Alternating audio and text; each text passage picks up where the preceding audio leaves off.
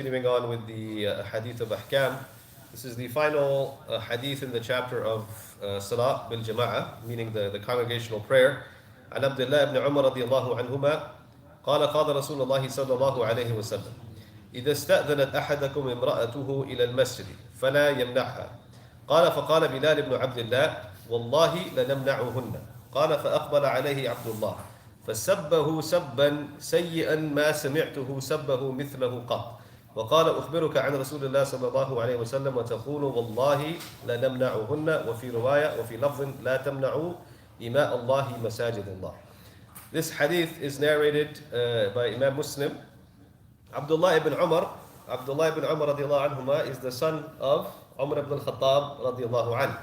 And he is known, Abdullah ibn Umar radiallahu anhu is known for being one of the most staunchest of the companions of the Prophet ﷺ when it came to following the sunnah of the Prophet ﷺ almost to the letter. There are other narrations that even meant, I remember when we were reading some of these things, that he would walk by a place and lower his head as he walked by it, and they asked him, why do you do that?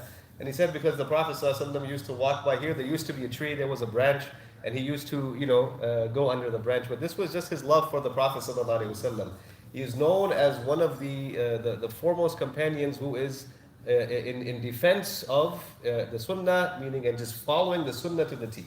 So he mentions that the Prophet ﷺ said that when one of your wives, if one of your wives, they ask you permission to go to the masjid, then do not prevent her from going to the masjid. Do not tell her she can't go to the masjid. This is the last hadith he mentions, and this is in relation to women attending the congregational prayer. It is not wajib upon them, it is wajib upon the men if they are able to attend the congregational prayer.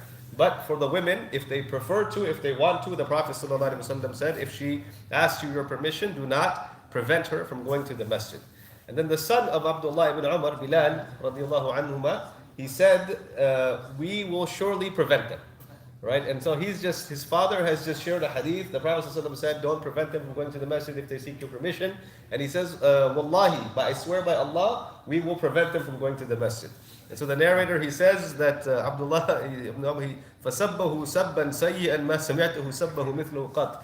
Those who understand Arabic, you get the point of the severity of that, right? But basically, he let him have it. And he's not even repeating what he said. But he let him verbally have it. Like he really, tore his son apart in that moment. And he says at the end, the only part he quotes, that I am telling you what the Prophet ﷺ says, and you are saying that not to prevent them, and you are saying the opposite. You are saying we're going to prevent them. Meaning he was, and I think in some other narrations, he even gave him a little love tap. Right? Like, how dare you? I'm telling you what the Prophet ﷺ said, and you are saying the exact opposite. And another narration of the same hadith, لا تمنعوا إماء الله مساجد الله. The Prophet ﷺ said, do not prevent the female servants of Allah from coming to the houses of Allah. And there are a few adab that are extracted from this hadith, but the number one thing is that the Prophet ﷺ gave permission to the women to attend the masjid in congregation, right? The Prophet ﷺ also mentioned adab, and this is the deeper nuances of the way the Prophet ﷺ spoke. So he mentions that if one of your wives, she asks you permission, then do not prevent her. So he's telling the men, don't say no. But he's also telling the wives what? That there is this adab, right? There's no need to, flex your rights in a way that you just throw things. No, there should be adab between the husband and the wife, right? And these are teachings from the Prophet ﷺ. They help maintain this relationship between a husband and a wife in the way that Allah Azza wa Jalla created the man and the woman. Right? That men have been given a position of authority, leadership, etc., and women are under their care. This is part of the teachings of Islam. And so part of the adab is that even though you have the right, you ask and you are polite with your husband and you say, I would like to go to the masjid, and the husband is told by the Prophet ﷺ, don't prevent them, right? Don't prevent them from doing so. Umar ibn al-Khattab radiallahu anhu, it's known about him as well that he did not prefer for his wives to go to the masjid. And they were approached and said, why do you continue to go to the masjid when you know that your husband Umar ibn al-Khattab radiallahu anhu, he doesn't prefer this? And she said, what stops him from stopping me?